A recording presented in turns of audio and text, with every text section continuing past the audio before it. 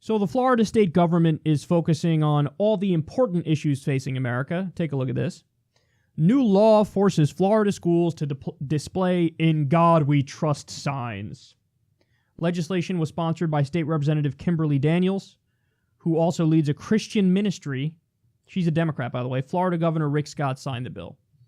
So here's the thing about this bill that drives me crazy. They passed this law. By the way, what a waste of time. Like, this is what you're doing with your time. It's not like people, some people don't have health care in Florida or don't make a living wage. Fuck all that. In God we trust. So important. Yes. So they do this. And then when somebody like me steps up and goes, "Hey man, I don't think you should do this," they'll yell at me as if I'm being unreasonable and I'm imposing on them. No, bitch. You are imposing on everybody in the state.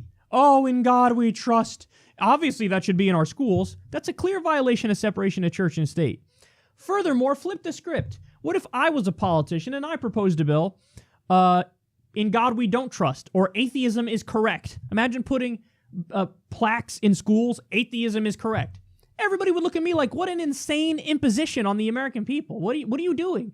You want to force your opinions on them and put plaques up to what you believe? And they would be right if they were saying that to me, because I shouldn't want to force that on anybody.